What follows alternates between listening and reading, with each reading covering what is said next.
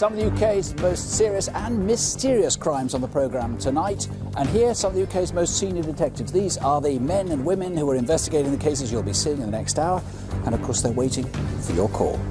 Coming up on the programme tonight, I'll give you a ring, yeah? the men who bungled a household robbery, then threatened to make off with a baby. Please don't take my kid! Please! The Camberley killer, the vandal who picked a motorist at random and murdered him. And the historic portrait stolen from a famous castle. We spend a lot of time on Crime Watch being reassuring about crime. It's not as bad as people tend to think. But there are exceptions, and this is one. A killer whose behaviour is erratic and unpredictable. The victim was a 21-year-old clerk from Davyhulme in Manchester. You may remember her from the news around Easter when it happened. Her name was Lucy Royal. It was the evening of Good Friday 5 weeks ago, April the 18th, and Lucy was recovering from a migraine.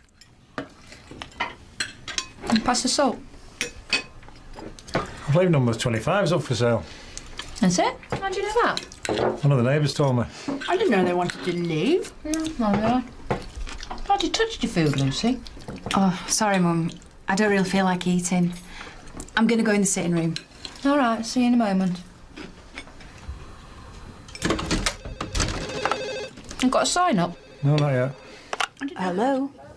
Oh, it's you. I haven't spoken to you for a while. That was all the conversation the family overheard. We don't know who the call was from, but we know where it was from. A phone box a few hundred yards away. 9:30 on Good Friday evening. Who rang Lucy from here? I'm just going out. Will you do us a favour? If I'm not back by 11:25, will you tape Islander for me? That was Lucy. Avid film watcher. She'd just... anything. She didn't go out an awful lot. She'd much rather spend an evening in watching a film, a big bag of munchies. We don't know Lucy's route or if she met anybody on the way, though a local resident thinks she saw Lucy at the phone box. Whoever the girl was, she was talking to a man. It's important to eliminate this couple. Could it have been you? Lucy's route from her home in Jura Drive probably did go past the phone box, then up Barton Road, under the M60, and past the Tulip Inn. A security camera at the hotel shows someone who looks like Lucy at about the time it would have taken her to walk that far.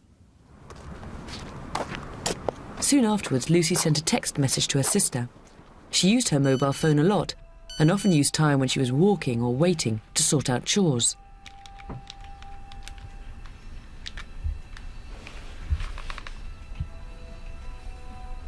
Hi Lucy, it's Amy. I've actually got 2 numbers for her. Which one do you want me to use? Oh God, I'm not sure. The number's in my phone memory. I can't check which one it is without hanging up. Can you give us a call back in a few minutes and I'll tell you? Amy did say she could hear trees going blowing in the wind, cars and motorway. She just sounded normal, Lucy. The background noise was trees and the motorway. Hi, Amy? Yeah. It's a 5256 number. OK. Great. See you later. Bye. It seems likely Lucy made that call from near Barton Embankment, close to where she died. That leads to another clue detectives are anxious to eliminate. A woman leaving the fitness club nearby noticed a green Toyota Yaris and someone sitting in the car. Barton Embankment is known as Lover's Lane. If this was your car on Good Friday evening, call in confidence to have yourself removed from the inquiry.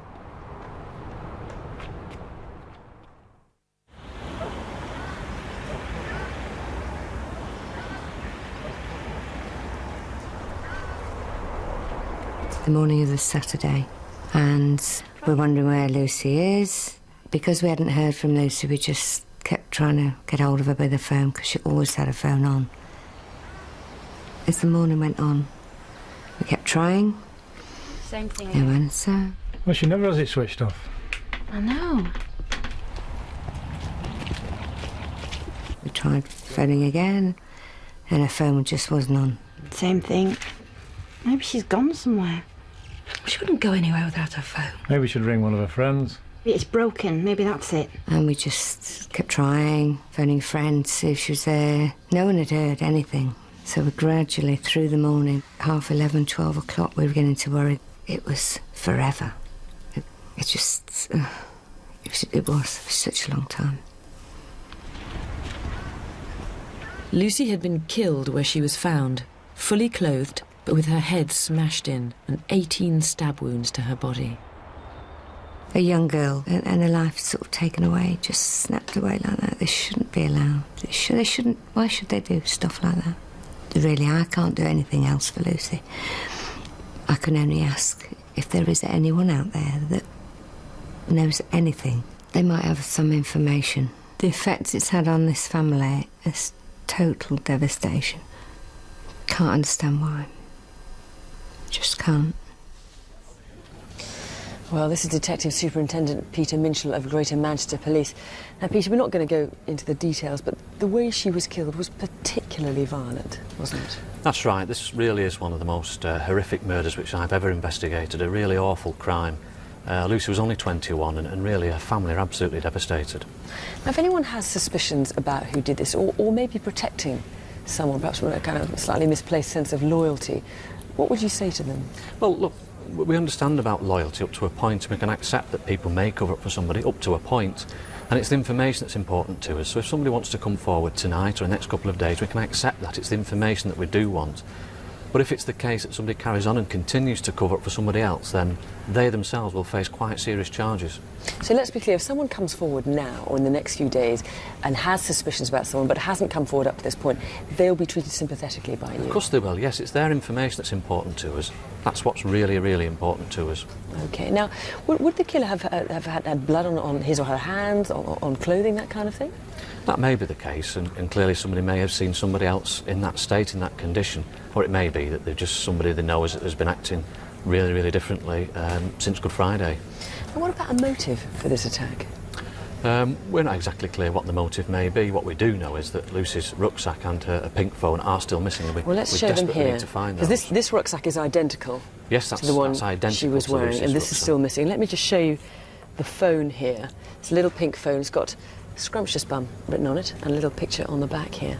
So these you still want to find. Now, we showed some people there in the reconstruction that you want to talk to. In particular, there's that couple who were by the phone box, and there was a red car by the phone box. Yeah, this sighting is really, really important to us. We do need to know that if that was Lucy, then we need to know who the man was speaking to her. And equally, just as importantly, if it wasn't Lucy, then we need to know who those two people were. And also, was the car connected to the people at the phone box? OK, well, this is far too dangerous to hold anything back. Call us here or call the incident room on 0161 856 4343 or call the local police in Davyhulme. You can also contact us by email through our website www.bbc.co.uk/crime. We had a mixed response last month's programme, but there have been several arrests and there's some pretty good progress on some of the cases.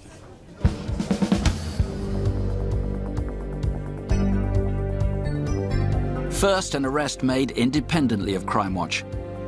We reconstructed 3 sex attacks in Essex which prompted 120 calls. But police inquiries that were already underway came up with a suspect who's now been charged with 2 of the offences. Last month we showed a theft at a jeweller's shop in Bristol. A Crime Watch viewer thought he recognised the thief and went and told him so. The man then went to the police and turned himself in and has been charged with the offence. We were pretty sure of progress while we were on the air on one case. Laura Kelly Austin was wanted by Port of Dover police investigating a series of credit card transactions. Very exciting information. I can't tell you more. I hate it when we have to say that, but I can't tell you more for fear of jeopardising the operation. But if this information is genuine, it will lead straight to her. And it did. One caller gave her phone number, another her address, and she was arrested and brought to Dover, where she's been charged with a conspiracy offence. In East Yorkshire, a student had been badly injured, and detectives hoped Thomas Lowther would help with their inquiries. After our appeal, he contacted his solicitor in Hull and agreed to meet the police, but he didn't turn up. Where is he now? One of our appeals led to a chase through the streets of South London. Anthony Cheek is very tall, 6'7", and was sought after rape and indecent assaults on 2 young brothers. Several viewers rang to try to help, but Anthony Cheek went on the run. Though a helicopter was brought in and he crashed his moped, he managed to get away. But police found several wigs in his wrecked moped, so maybe he doesn't look quite like this. Where is he tonight?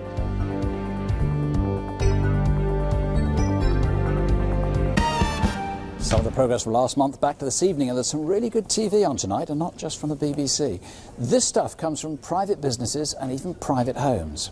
To explain, here's Detective Chief Superintendent Jeremy Payne.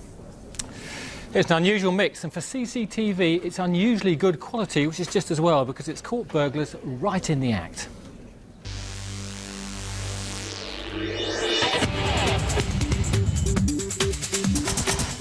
You'd expect good camera work from a broadcasting company, and sure enough, these pictures are pretty clear. 3 men broke into this video hire facility in Aldershot. But the firm, who are experts on camera equipment, had installed high-tech security video and captured their every move. The men took £70,000 worth of cameras and computer equipment. If any of these 3 look familiar to you, tell us who they are.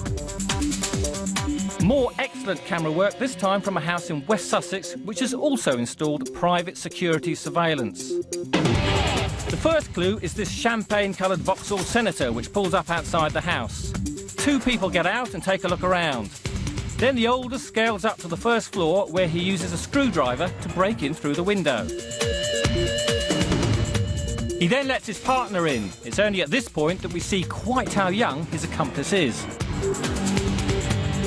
The 2 spend quite a bit of time in the house and steal £13,000 worth of equipment, including this monitor and this plasma screen. Sadly, the owner's pets didn't make very good guard dogs. So give us a call and tell us who these 2 are. Next, 3 men run in and jump over the counter of a bookmaker's in Mill Hill, North London. They steal a large amount of cash. On their way out, digital cameras get good shots of their faces. Take another look. Now, pick up the phone. Someone watching must know who they are. Finally, to a robbery at a video store in Chesham, Buckinghamshire. This man actually visits the shop 3 times over the course of half an hour. During the first 2 visits, he wanders around and talks with the assistant. But the 3rd time, he isn't so friendly. He goes behind the counter and threatens her with a knife whilst demanding cash from the till. The shopkeeper was absolutely terrified. So help us find him.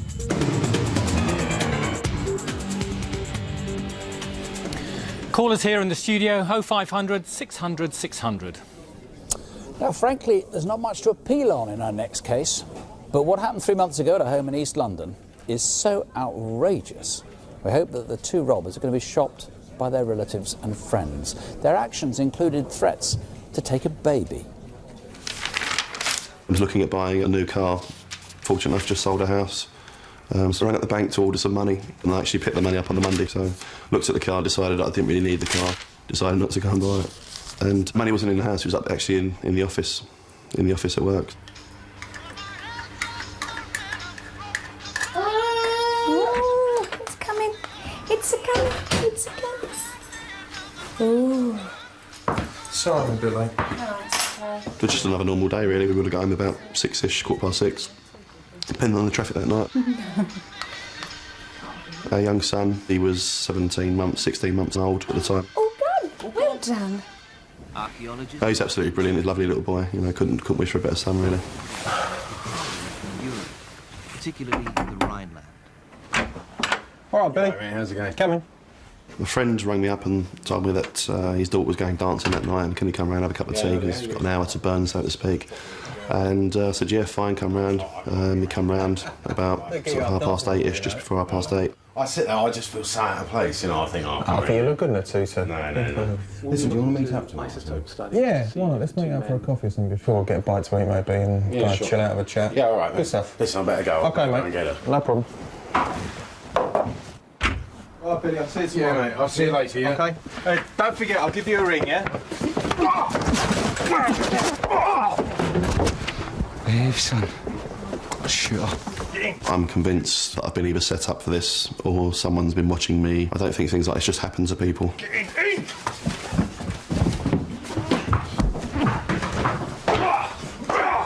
My fiancée wasn't aware what was going on. She'd let the dog out. When she come back in, she was faced with a shotgun.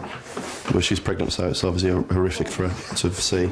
I remember her crying and saying, please don't hurt him, please don't hurt him.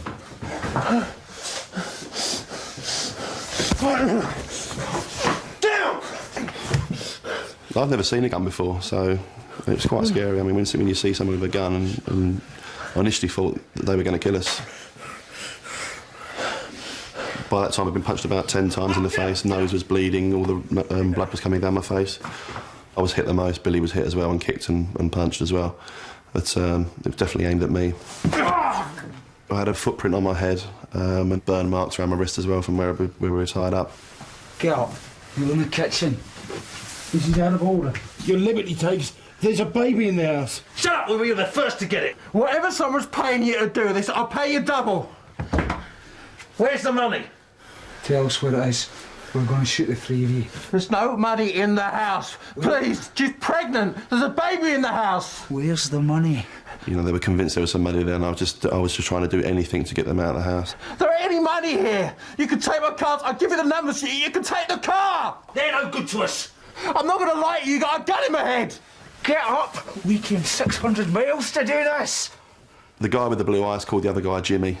I'm not sure if that was a generic term for a Scottish guy or that was his name, but you know, he was trying to talk with a Scottish accent at that time, but he dropped from accent to accent. They took my fiancée upstairs, and at that point in my mind, I was convinced that they were going to rape her, and I just really wanted to get free and just do something about it. And they made a show the guy around the house, and they completely trashed the house. They even took the bottoms out of wardrobe cupboards, and they brought her back down again after. Kneel down. Where's the money? Take a ring. You'll get at least 8 grand for it. It's worth 4 times that. Jimmy, go get the kid. He won't tell us where the money is. We'll take the kid. Don't be stupid. You got a gun to my head. There's no money here. Please don't take my kid. Please. But at that point, he started to walk upstairs and went into my son's bedroom. And, you know, I was convinced they were going to take him. And at that point, when they threatened to kidnap his son, I sort of almost broke down.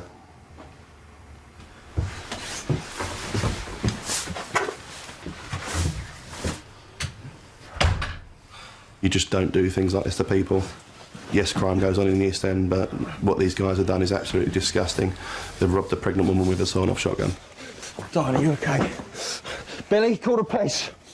My fiancée just wouldn't go back into the house at all after this happened, so we've lost our house as a result of this, so we've moved away. My fiancée is very heavily pregnant now, but the main thing was that we wasn't sure whether we'd lost the baby or not. We weren't sure. PC Jim Cather of the Metropolitan Police is the officer in charge of this inquiry, and as the victim said, you just don't do this to people. This is way outside the realm of even hardened professional gangs. It is. It really is a particularly nasty crime. I certainly have never dealt with anything like this before. When these people didn't get the money they were looking for, they threatened to take the family's 18-month-old child who was upstairs asleep in his cot. I would be appealing to anyone to give us any information, and particularly to the criminal fraternity in East London. These people have gone just way too far. It's interesting, I mean, even in an area which is notorious for its history of people like the Cray twins and all the rest of it, I mean, they wouldn't have accepted anything like this. No, I think these people really have just overstepped the mark. This should be totally unacceptable. Now, there wasn't any money there. The guy was telling the truth. He was entirely legit. What they did do, though, is take a couple of things, including a watch identical to this. This is a Cartier. That's right, yes. Watch. Now, this really is exactly the same, except the serial number is different. All Cartier watches have a serial number. The one of the stolen one is 261-210-00627-CE. And there was also the ring taken, of course. Tell us about that. Well, the ring is based on Victoria Beckham's ring. It's a diamond and platinum ring. There are 3 diamonds. The 2 on the outside are both heart-shaped, and the large one on the inside is a canoe-shaped. I believe it's a marquee diamond. And these, as I say, it's based on Victoria Beckham's ring. Another clue is the gun they used. Now, this is the nearest we could find. It is quite different in some respects, but This handle is important. Why? Just tell us about the handle. The handle itself has been adapted so that it looks more like the bottom of a hockey stick, the striking surface sort of of a pistol grip. Yes, yeah. And it's an over and under double-barreled shotgun, not a side-by-side.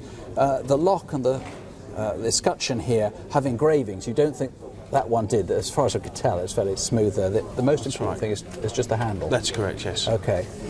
Well, there is a substantial reward. There's £10,000 that's been put up just because this crime is so particularly horrible for anybody who has information leading to a conviction.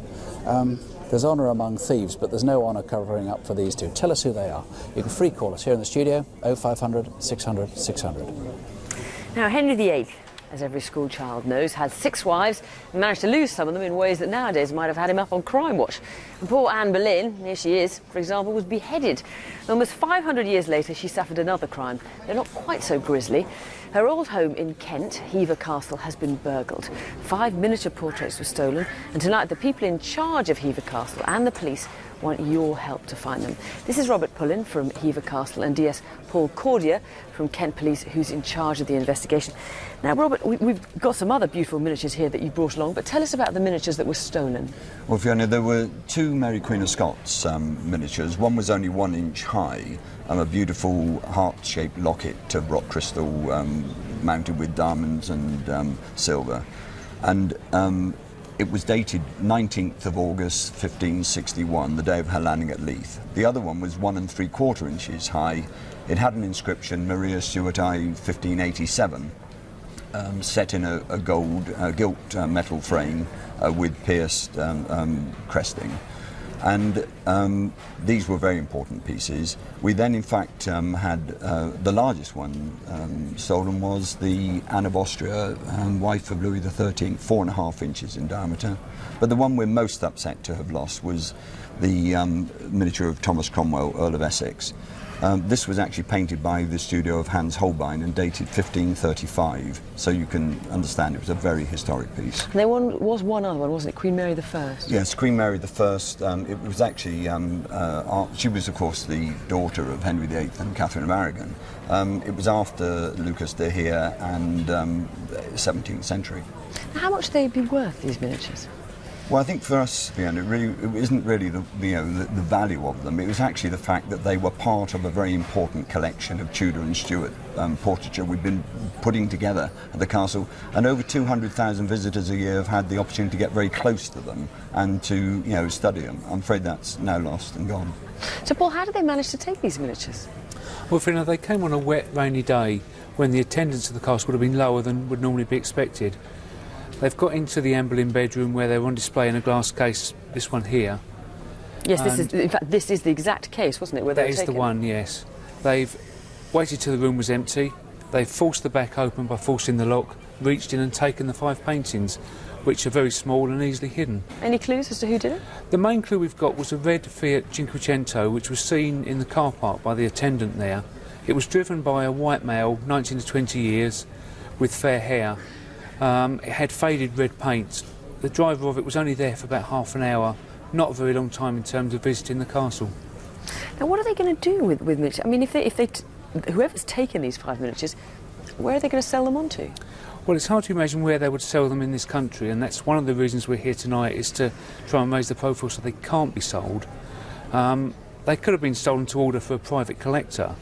Our worst fear would be that they've been taken abroad and sold over there.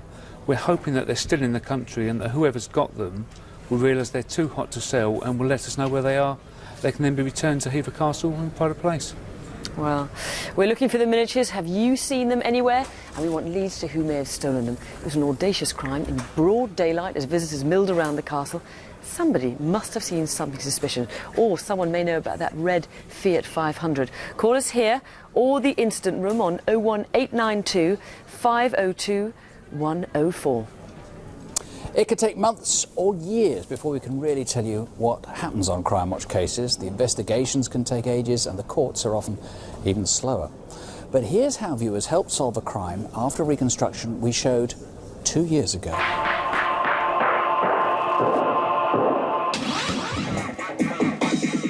Grimsby on Humberside.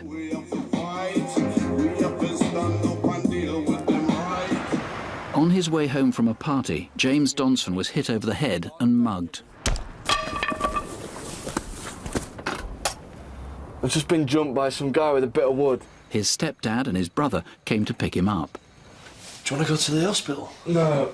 If it's still bad tomorrow, then I'll go to the doctors. James's skull had been fractured. But it wasn't till the next afternoon, when his family came home, that anyone realised how serious the injury had been.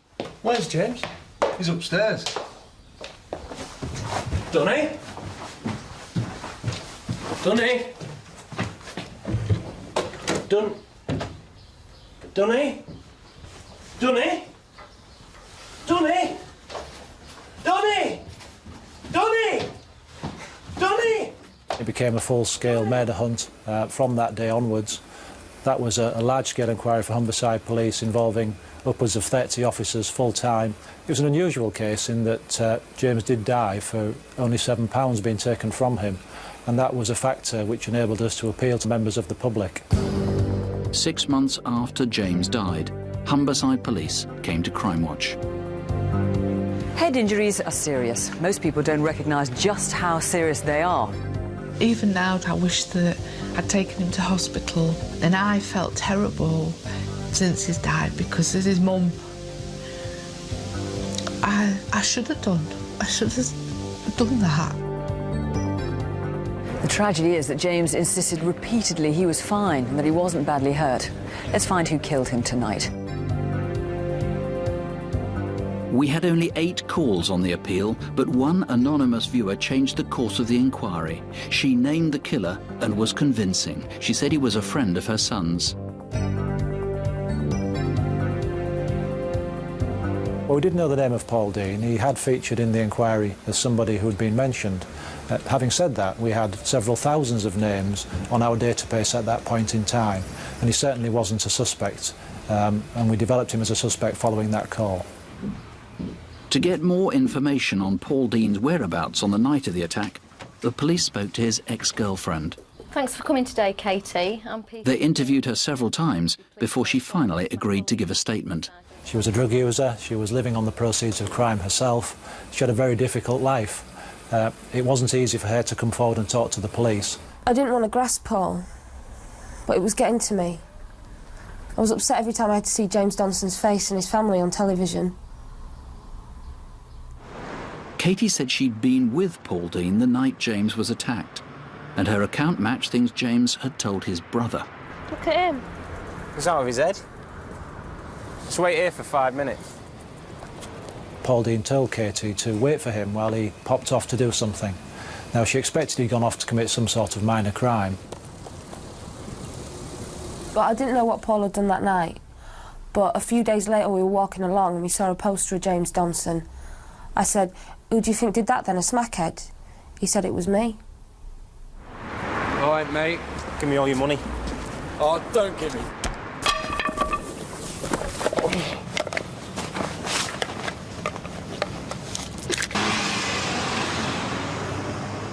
You took it like a man. I would have given you the money if you'd asked. I know you're on smack.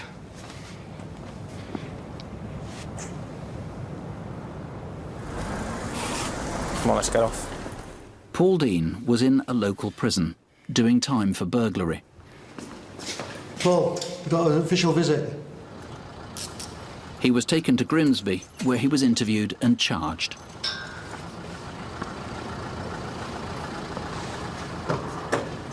Quite a number of associates of Paul Dean's involved in minor crime themselves did come forward to help this inquiry. And that might seem surprising, but there comes a point, really, when an offence is of such a serious nature that almost anybody's willing to help. Because of other charges pending, we couldn't report this until now, but in December, Paul Dean was found guilty of manslaughter and robbery and was sentenced to 9 years. Can we get results like that this evening to see how calls are progressing tonight? Detective Chief Superintendent Jeremy Payne is over at the intake desk with DS Jackie Haynes. Well, here we are taking all the calls and having a look through to see what's useful. I found one particularly interesting call about the Lucy Royal murder. It comes from somebody who's really plucked up all their courage and told us about a conversation they overheard not long after the murder, which builds up a really interesting picture of her background, which is so important. And I've worked on a number of these type of inquiries. It's so important to know everything about the victim, as inevitably that's what leads you to finding that murderer. So thank you for that caller coming in. Jeremy, what have you been Well, I've been going round and the phones have actually been red hot on the CCTV cases because the pictures have been so good. Now, we have several suggestions on the West Sussex burglary, and I've just been speaking to the officers and they'll be checking their intelligence databases and they'll be paying these people a visit. Now, the studio number is on the screen, and if you're watching on digital satellite TV, you can email us directly through your remote control. Just press the red button on your handset and choose Crime Watch. Coming up, dog napping in Hertfordshire, the Irishman who tried to steal a British bulldog. Give me your dog, you bitch. And this is a special month and a special night to help find missing people. Most crimes have a motive. This next one is just senseless. So senseless it made quite a splash in the news when it happened 2 months back. But it's still unsolved. The victim's widow is counting on you tonight. Mickey Little was a lorry driver from Essex. There were 400 mourners at Mickey's funeral. He'd driven for Ford for over a quarter of a century. He was universally popular with his colleagues and had been with his partner, Sue, for 16 years. Mike and I were inseparable. We were always together. When we used to walk down the road, people used to say that they remember us walking down the road hand in hand, because that was how we were. I'd pick Mike up in the afternoon and he came out with me to do a last few deliveries on my job, and we went back to the house and he didn't have a lot of time to get ready for work. Sorry, love, I didn't have time to make you any sandwiches. Don't worry, this'll do. I'll get something else at work. He enjoyed life to the full, really. He loved his job. He loved driving. He loved being behind the wheel of his lorry. Love you, take care. Yeah, you too. See you in the morning.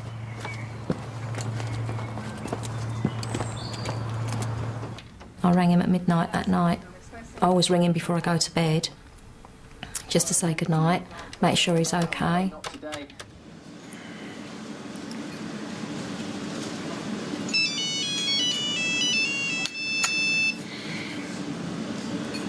Roger. Hi. Where are you? Fleet services. I'll be back about 7 o'clock in the morning. Yeah, okay. You take care. Yeah, I will. Love you. Love you too. Bye. Through the afternoon and into the...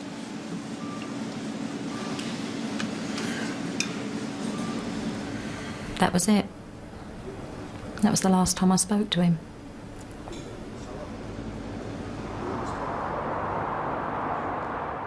Mick had already driven from Dagenham to Southampton, and on his way back on the M3 had stopped off for his rest break at the motorway services just south of Camberley in Surrey. Meanwhile, in Camberley itself, in Brackendale Road, someone tried to steal a car.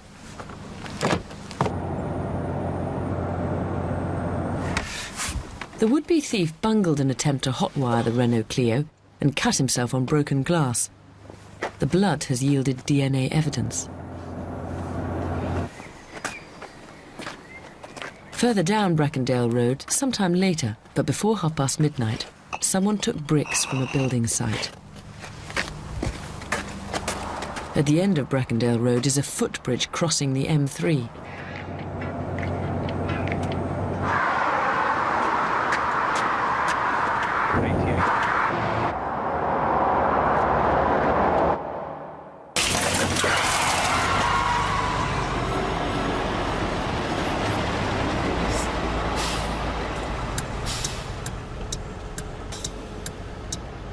After the initial shock of an object coming through his windscreen on a dark motorway with very little traffic around, the fear that must have gone through the guy and the absolute physical shock, for him then to bring his Arctic to a halt, fully on the hard shoulder, is just an absolute amazing feat.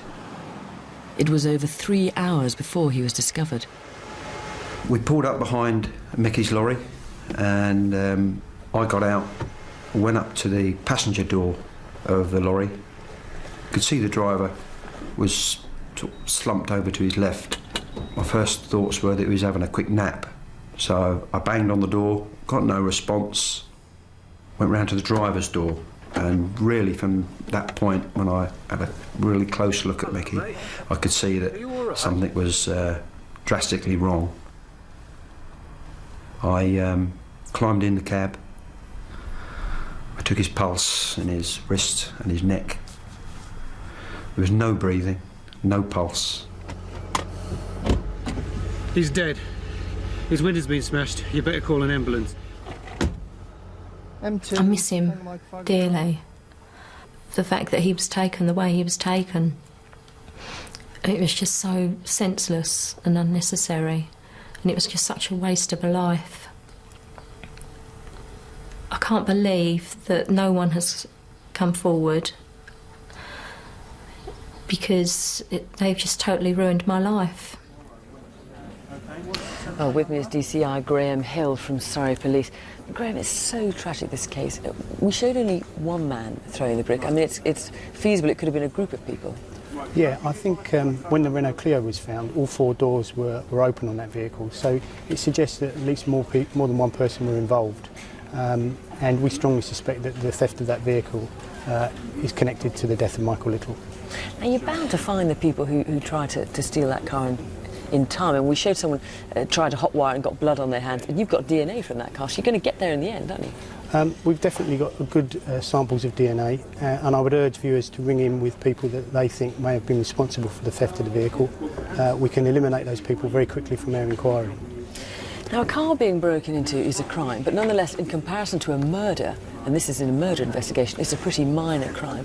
What would you say to people who may have been involved, perhaps, in trying to nick that car, may have some idea of what went on that footbridge, but who haven't come forward yet? Well, I would say to them that we are focused on the murder of Michael Little. We want to identify the killer of Michael Little. If they were involved in any other part of what went on that evening, they need to come forward and explain what they did. We will listen to their account, and we will make a decision on our action based on their account.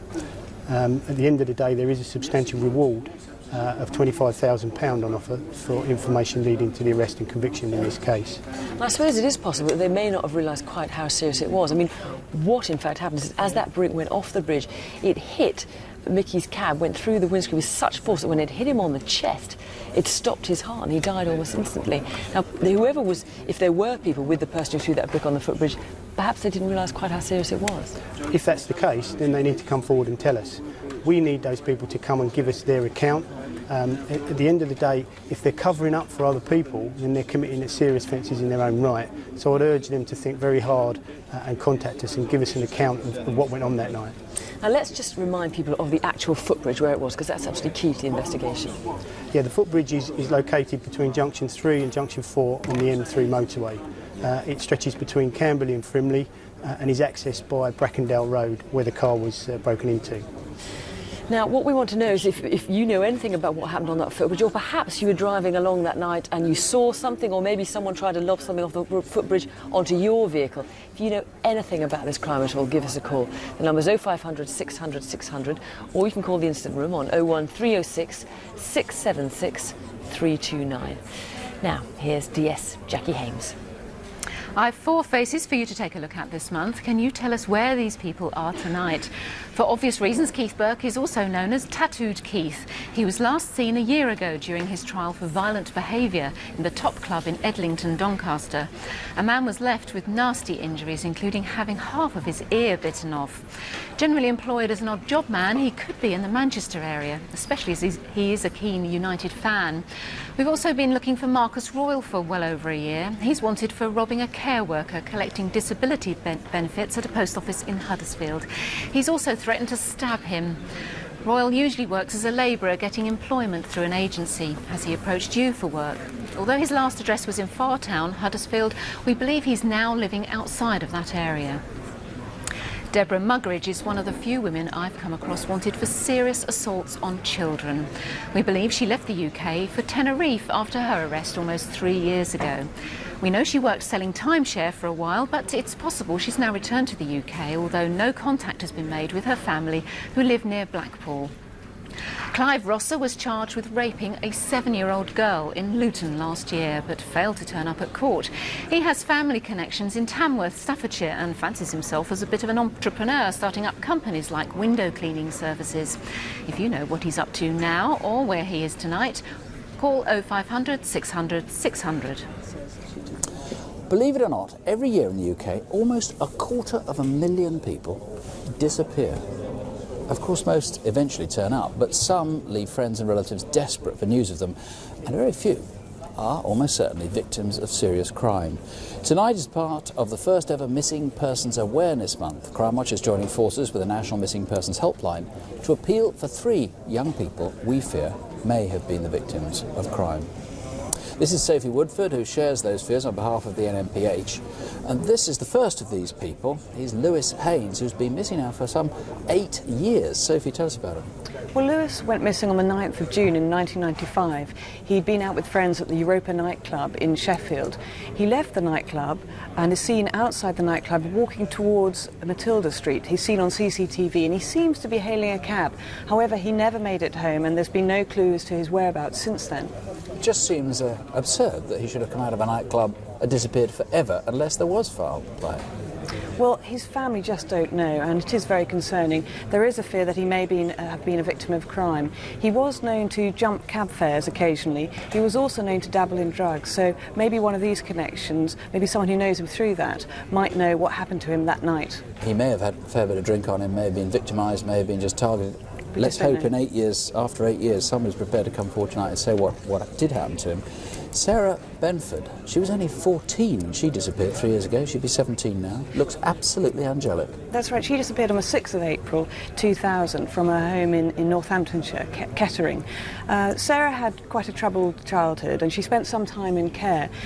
She is known to have been lured into a scene that perhaps was rather unsavoury, and there is a fear that she may well have been, or is being, the victim of some form of criminal exploitation. She may be involved with prostitution, she may be involved with drugs. There is great concern for her safety. Now, of course, if Sarah is fine, is alive and is watching this, and is a free agent, she's not committed any crime. I mean, the police aren't looking for her. All you're trying to satisfy yourself of is that she is alive, she's okay. That's right. Sarah's 17 now. She's not in any trouble. We just want to know that she's safe. Because of the people that she was mixing with, we are very concerned for her safety, so we want to hear from anyone who knows where she might be or what has happened to her. And the third we're looking for is Louise Curtin. She disappeared in Germany. Yes, Louise Curtin disappeared in 2001. She'd been staying with her fiancé and his family in Germany.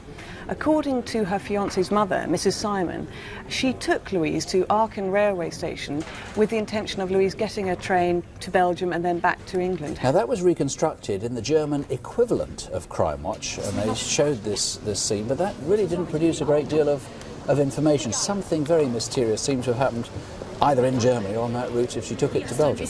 Yes, and we'd like to hear from anyone who perhaps saw Louise on this route. Did she really get that train and what happened to her along the route? It was said there was a letter that she had written to her parents, but you're rather doubtful about its authenticity. Well, the family are very doubtful about the authenticity of this letter. She doesn't mention that she's coming home, and they feel that perhaps the letter was written under duress. They don't feel it was the way she would normally communicate with them.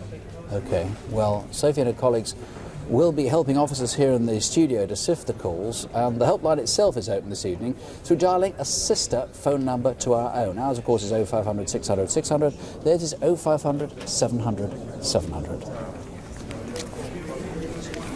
We have a great success rate in solving cases on Crime Watch. I'm just trying to catch up here, actually, with the calls coming in. Even so, we still want to tell you about those that are solved independently of the programme. Here are just a few of them.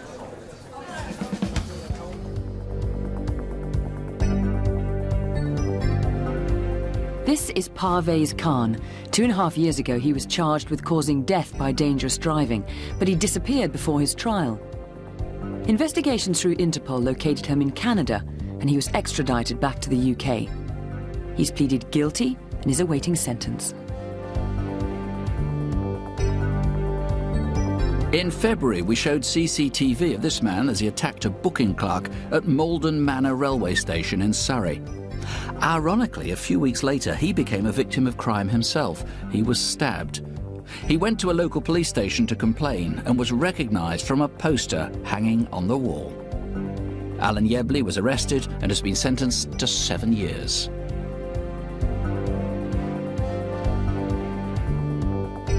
Patrick Porter from Bootle.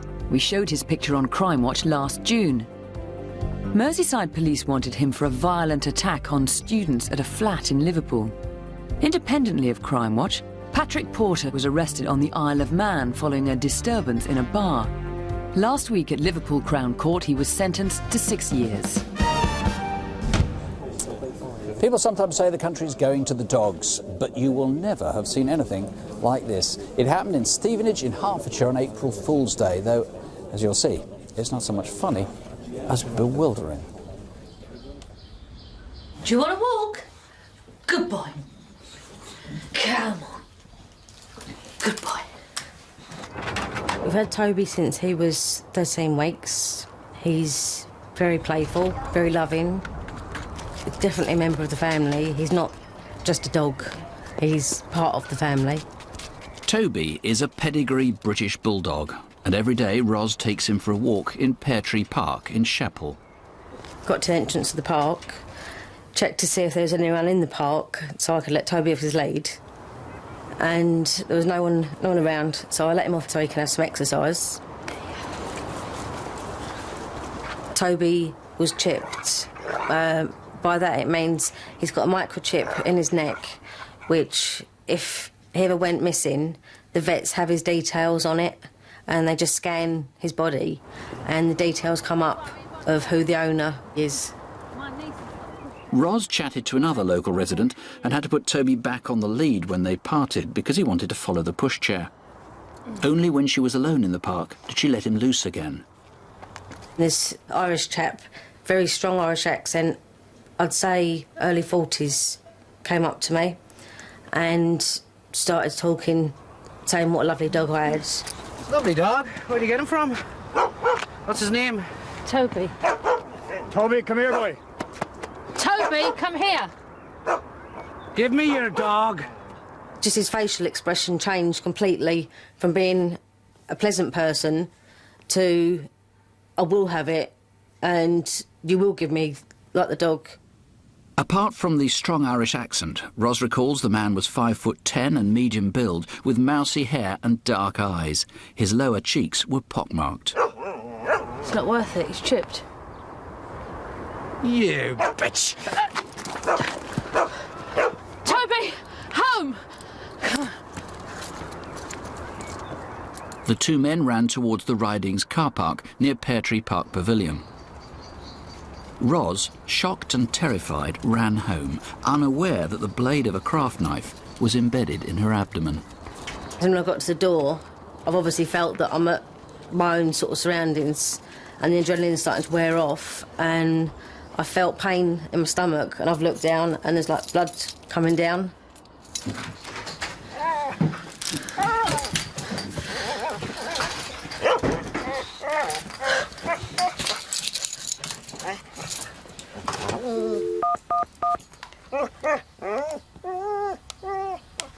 Hello, ambulance. I've been stabbed. I can't believe that I was attacked for a dog. I feel very vulnerable. I can't go out in public by myself. I can only go out with my husband, and when I do, I have panic attacks. When I go to sleep, I have nightmares. I see his face staring at me. I used to take Toby to the park, to Pear Tree Park, all the time. It's a lovely park. I'm too scared to go back there. I haven't been back there since the event, and I don't think I will. Have you got a home number then? This appeal is really very focused. No missing dogs, please. The detectives here from Hertfordshire just want tip-offs on those two men who were in Stevenage 2 months ago and who fit the description of the knife man and his accomplice. Now, if you know anyone who looks like Lee Fit, has a strong Irish accent, does he have pockmarked skin? Could he have been in Stevenage 2 months ago? If so, give us a call 0500 600 600 or 01438 757 677. Now, before we go tonight, let me tell you a little bit about the calls that have been coming in. The murder of Mickey Little. Do you remember he was a lorry driver driving along the M3? Someone fatally lobbed a brick through his windscreen. We've had some very good information. It's just come in. I was just reading it just there from a security officer. We'll be following that up. The Beckton robbery. Do you remember this is where the burglars threatened to take a 15-month-old baby in order to try and get information from the man living there? We've had the name of someone who's been trying to sell a ring identical to the one that's been stolen and also has access to firearms, so that sounds like good information. In the Mill Hill robbery, the same name has now come up 3 times. The CCTV of the West Sussex residential burglary. Remember we showed you that earlier on. It looks like we've got a car registration of the burglars, so that's looking very promising. The missing people that we showed earlier on, we've got quite a few names coming, quite a few locations as to where these people might have been seen. I don't want to be falsely optimistic, but I've just had several calls on Sarah Benford, and that really does look, it's beginning to look really hopeful. So all the information we've got coming in is looking extremely useful.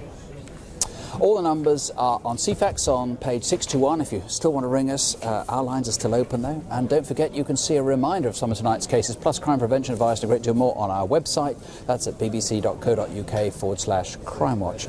And if you've been a victim of crime, want to talk to somebody, the victim support line is on 0845 30 30 900. And our phone lines are open until midnight tonight, and again this Thursday and Friday from 7:30 in the morning until midnight. We'll be back with the Crime Watch update after the news. I would be doing that, except I'm here, so I can't be doing that this evening. If updates after your bedtime don't have nightmares, do sleep well. Good night. Good night.